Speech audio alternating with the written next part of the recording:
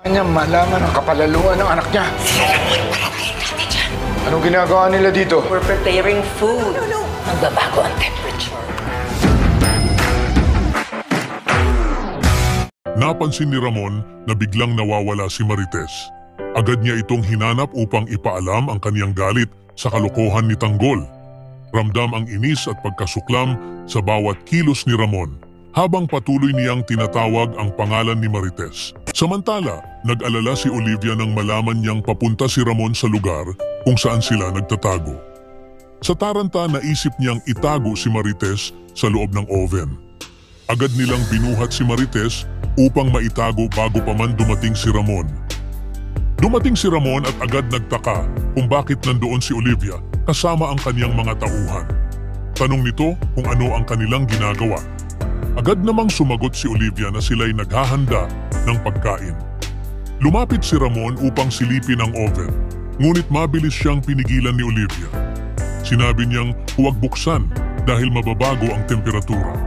At kahit may duda si Ramon, saglit muna siyang umatras. Sunod na pinuntahan ni Ramon si Tanggol. Dito, agad humingi ng tawad si Tanggol.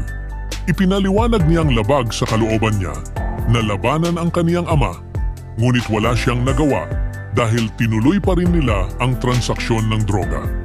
Binalaan niya si Ramon na kung hindi siya titigil, mismong siya ang magiging kalaban. Ngunit hindi tinanggap ni Ramon ang paghingi ng tawad ng anak. Para sa kaniya, huli na ang lahat.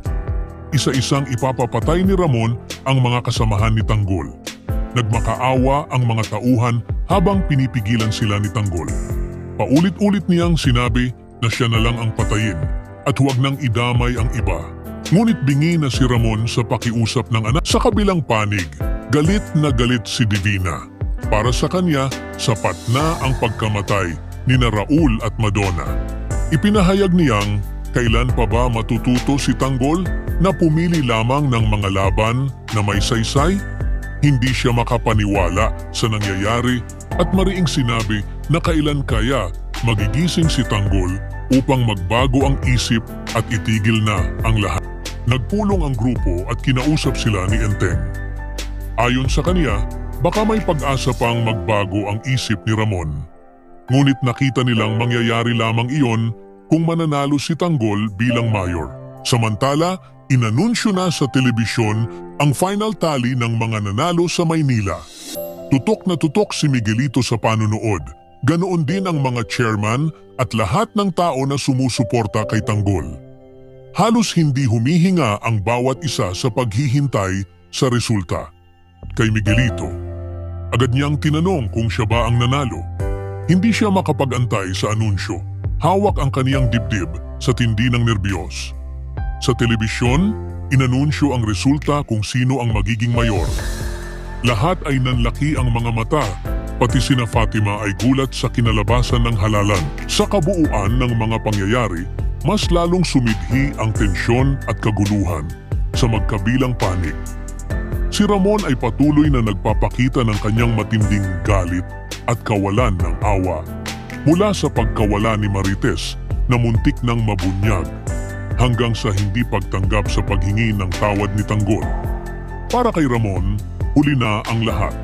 At para ipakita ang kanyang kapangyarihan, handa niyang isakripisyo kahit ang mga kasamahan ng sariling anak. Samantala, si Olivia ay pilit na nagtatakip at nagsasakripisyo upang maprotektahan ang mga taong nakapaligid sa kanya, habang si Divina ay nadadala ng matinding galit at pangungulila sa mga nasawi. Lalong lumalim ang hidwaan at pighati sa kanilang hanay, at mas malinaw na ngayon na hindi lamang buhay ang nakataya, kundi pati na rin ang pananampalataya sa pagbabago. Sa kabilang dako, nakatutok ang lahat sa resulta ng halalan. Isang laban na hindi lamang para sa posisyon, kundi para sa kinabukasan ng Maynila. Habang si Miguelito ay balot ng kaba at kasakiman, umaasa naman ang kampo ni Tanggol na ito na ang magiging simula ng pagbabalik ng hustisya. Ngunit sa huling anunsyo ng resulta, lahat ay napatulala at nagulat.